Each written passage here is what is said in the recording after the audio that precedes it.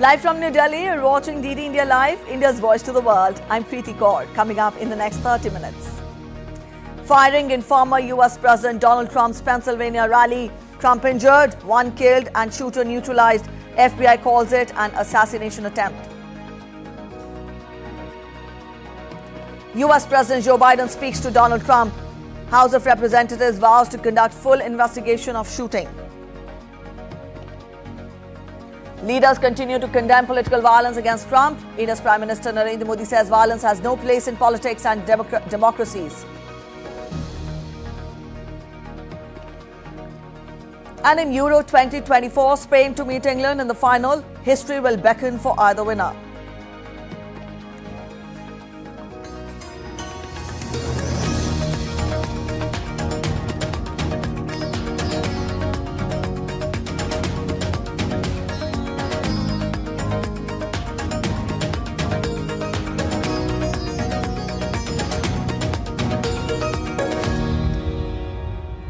All right, let's begin with the big news we're tracking today. Gunfire erupted at former US President Donald Trump's rally in Pennsylvania on Saturday, sparking panic in the crowd and spattering the Republican presidential candidate with blood before he emerged and defiantly pumped his fist in the air and was ushered to a waiting car.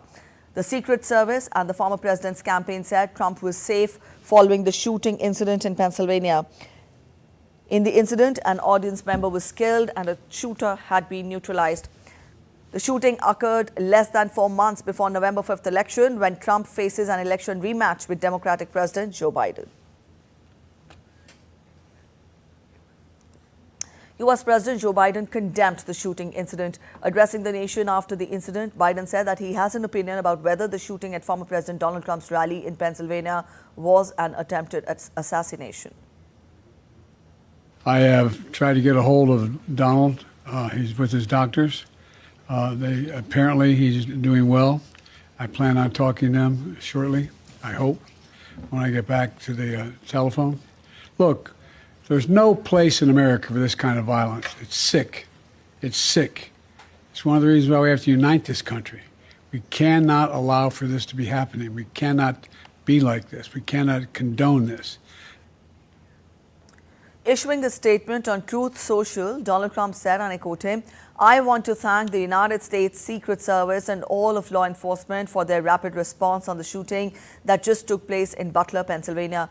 Most importantly, I want to extend my condolences to the family of the person at the rally who was killed and also to the family of another person who was badly injured. It is incredible that such an act can take place in our country. Nothing is known at this time about the shooter, who is now dead. I was shot with a bullet that pierced the upper part of my right ear. I knew immediately that something was wrong, in that I heard a whizzing sound, shots, and immediately felt the bullet ripping through the skin. Much bleeding took place, so I realized then what was happening. God bless America." US President Joe Biden spoke with Donald Trump on Saturday following the shooting at former president's rally in Pennsylvania, the White House said. Biden also spoke with Pennsylvania Governor Joe Shapiro and Butler Mayor Bob Dendoy. US Vice President Kamala Harris also took to X and condemned the shooting incident at Donald Trump. She posted, and I quote her, "Violence such as this has no place in our nation. We must all condemn this abhorrent act and do our part to ensure that it does not lead to more violence."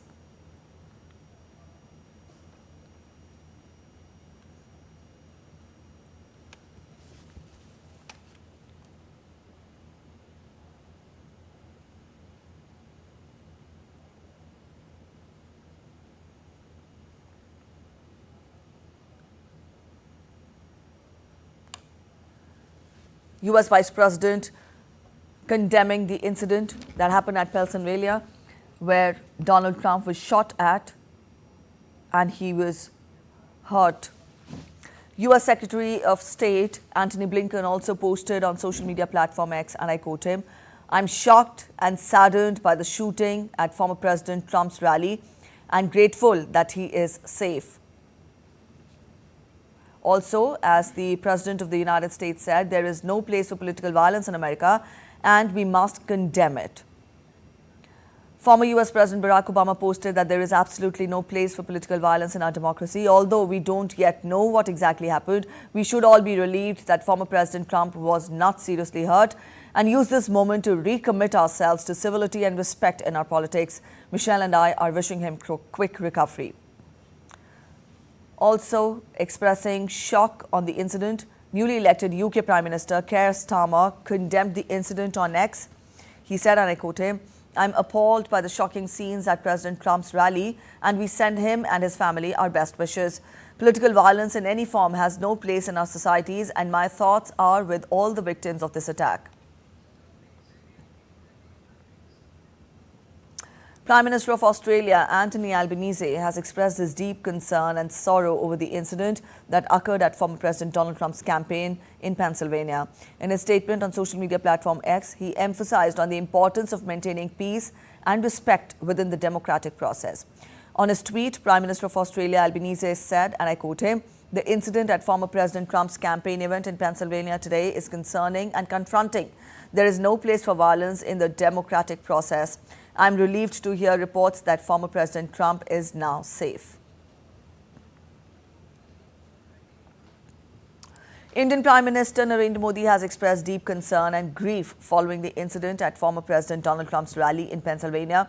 In a heartfelt statement on social media platform X, Prime Minister conveyed his support and well wishes for Trump's recovery. Prime Minister said, and I quote him, "Deeply concerned by the attack on my friend, former President Donald Trump, strongly condemn the incident. Violence has no place in politics and democracies. Wish him speedy recovery. Our thoughts and prayers are with the family of the deceased, those injured, and the American people." Police in New York ramped up security at Trump Tower following the shooting at Donald Trump.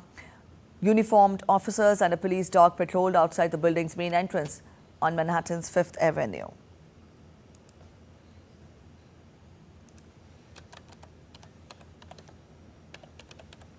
House Speaker Mike Johnson vowed to conduct a full investigation of the shooting. Posting on social media platform X, he said, and I quote him, "The American people deserve to know the truth. We will have Secret Service Director Kimberly Seattle and other appropriate officials from DHS and the FBI appear for a hearing before our committees as soon as possible," he wrote. The shooting is being investigated as a possible assassination attempt, according to law enforcement officials.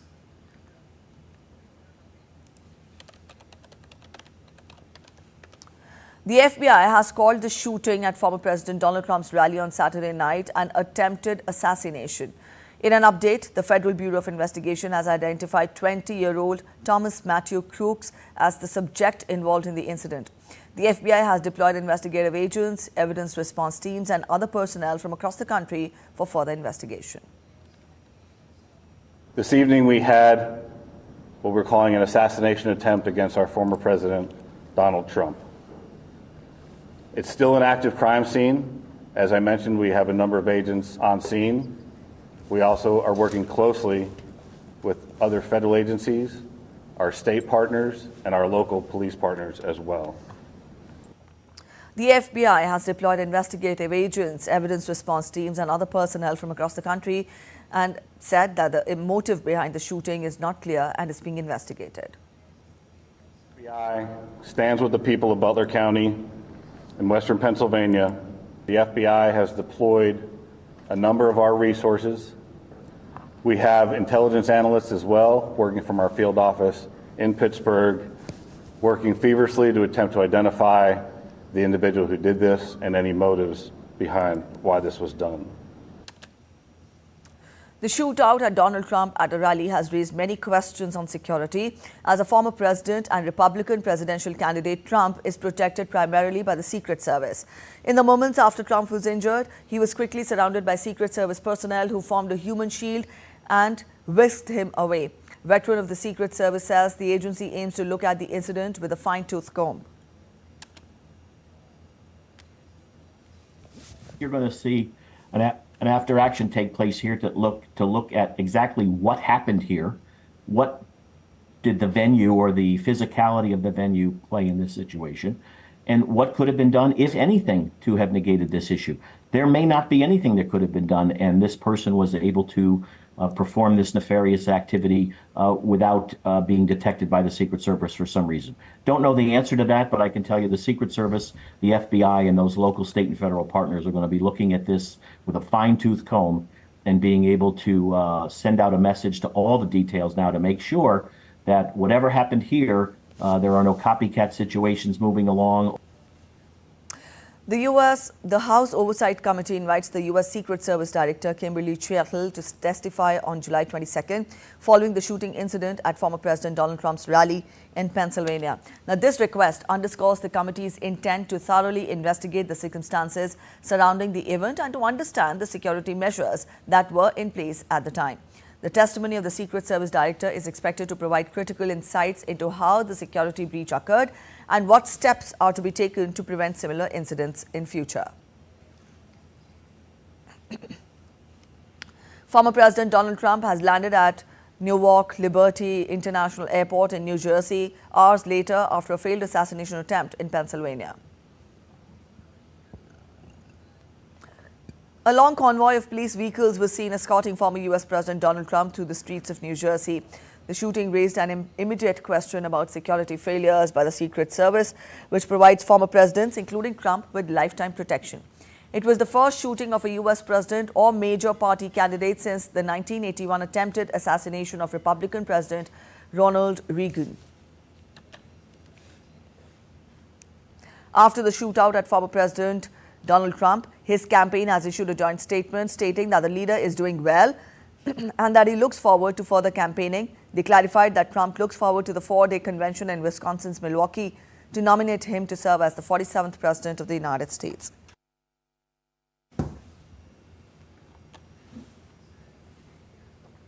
The U.S. Republican Party is holding its national convention from July 15th, an event where Donald Trump will be formally recognized as their candidate for president, and a vice president nominee will also be announced. The 4-day event, running from July 15th to 18th, is being held in Milwaukee, Wisconsin, a critical swing state among those likely to decide who will be the next U.S. leader. Caroline Malone gets us more from Washington, D.C. All eyes are set to be on Donald Trump again as his bid for a return to the White House dominates the Republican National Convention.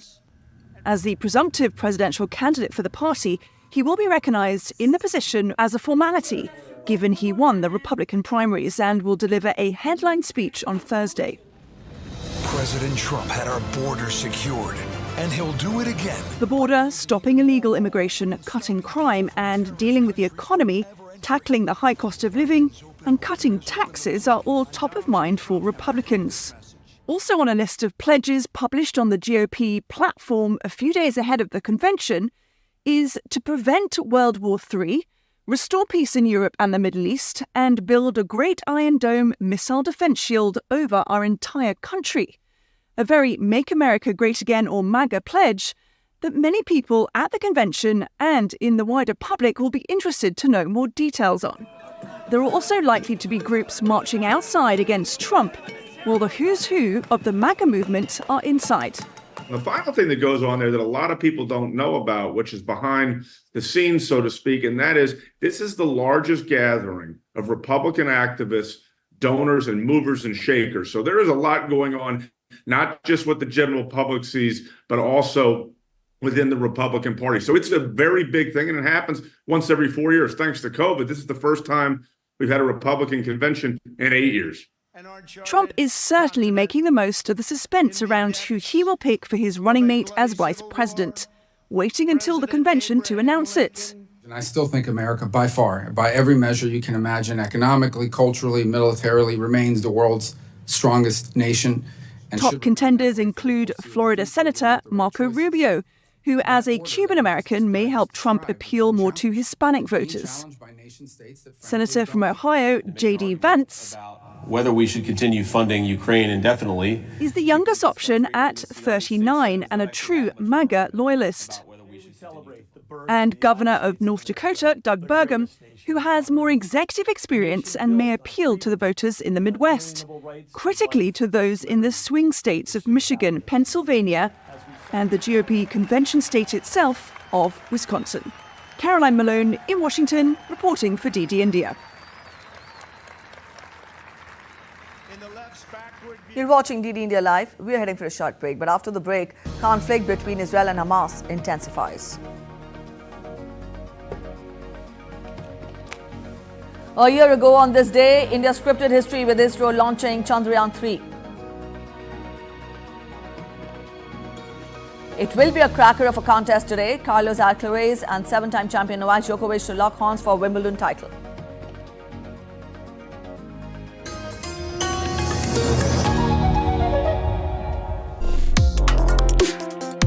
Complex issues, hidden agendas, twists and turns, strategic games. We think all dots are linked. We just need to connect them. Join me every week as I connect the dots to unravel hidden designs in statecraft, mysteries, and decode issues that matter to you. Watch Connecting the Dots with me at these times on DD India.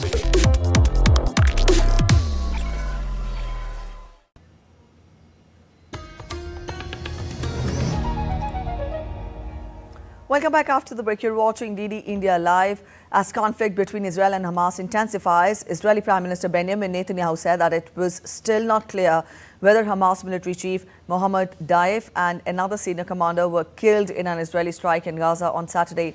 Netanyahu, in a televised news conference, said that chances of an agreement to return Israeli hostages would be improved by increasing military pressure on Hamas. The Israeli military said the strike had hit a military compound in southern Gaza city of Khan Yunis, but said it could not confirm the casualty numbers.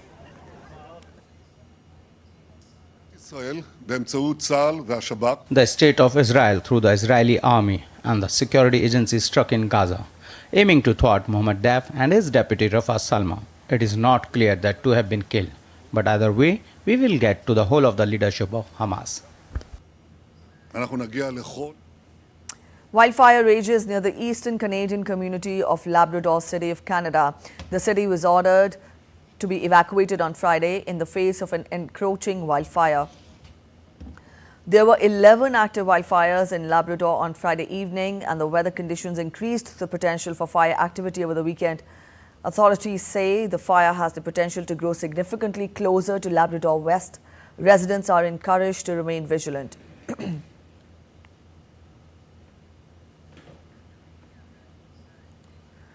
France is alive with vibrant celebrations marking the historic storming of Bastille and the birth of the French Republic on the Bastille Day that is celebrated on 14th of July every year. In every corner of the country, from the bustling streets of Paris to the quaint villages of Provence, people gather in unity to commemorate this pivotal moment in French history. The air gets filled with the festive strains of La Marseillaise, the national anthem of France, while colorful parades, dazzling fireworks and lively street parties evoke a sense of national pride and solidarity. In a short while from now, the Bastille Day parade will begin in France. Last year, India's Prime Minister Narendra Modi attended the Bastille Day parade along with French President Emmanuel Macron. Prime Minister Modi was the guest of honor for the Bastille Day parade. India's Tri-Services contingent also participated in the parade. India's participation in the Bastille Day parade showcased the friendship between India and France.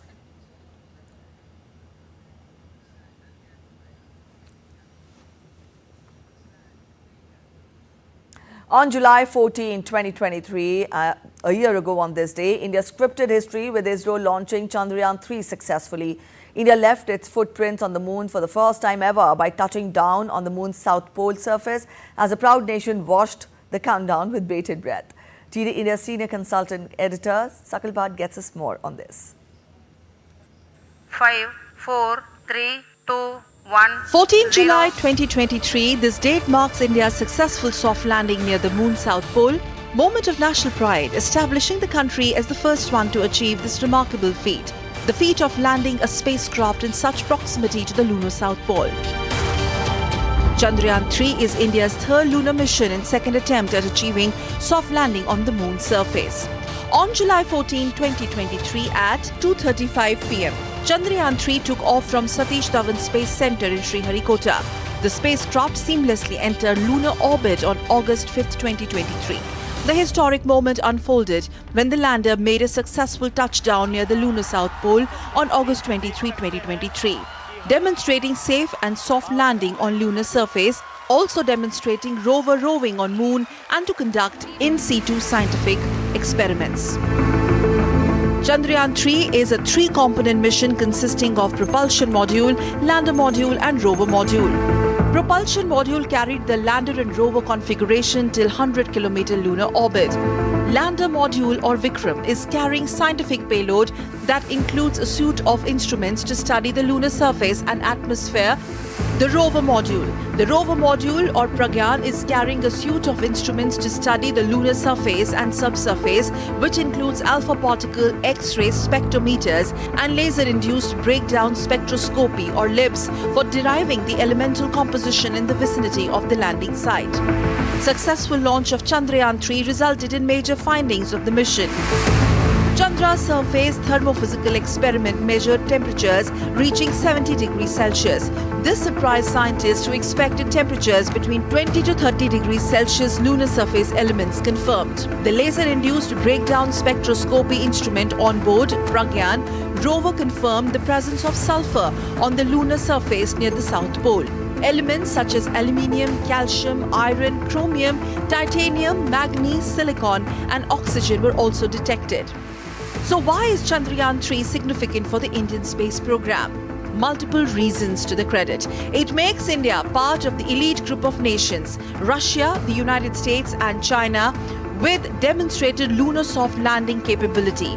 India's indigenous cryogenic engines and efforts to declutter the orbit showcases its leadership in space technology, including positioning India as a global hub in the new space economy. The investigation of lunar properties has also been an important dimension of the findings of Chandrayaan-3 mission. Propulsion module studies Earth's atmosphere, lander module investigates lunar surface properties, and rover module analyzes lunar rocks and soil. Soft landing capability contributes valuable insights to India's missile defense program. The reusable launch vehicle technology derived from the mission aids in cost reduction for future launches. Autonomous rovers developed from rover module find applications in disaster management and infrastructure monitoring. Finally, in space tourism and economic activities as well, there has been increasing interest in space tourism.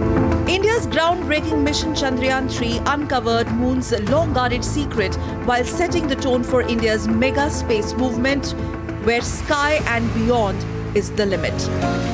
23 अगस्त को जब भारत ने चंद्रमा पर तिरंगा फहराया, उस दिन को अब हिंदुस्तान नेशनल स्पेस डे के रूप में मनाया जाएगा. Sakal Bhatt's report for DD India. Jagannath temple, located in Puri, Odisha, is set to reopen its secret chamber after 40 years. Now, this chamber, known as the Ratna Bhandar, has been sealed since 1982.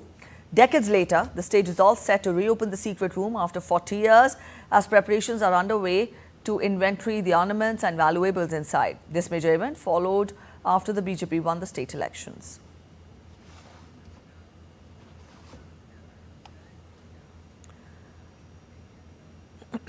All right, talking of sports now, India will square off with Zimbabwe in the fifth and final T20 international match in Harare today. India have already sealed the series with a 3-1 lead after they defeated the host in the 4th T20 match on Saturday. But the tourists will hope to finish the series on a high, while the host will seek to redeem their pride in the dead rubber.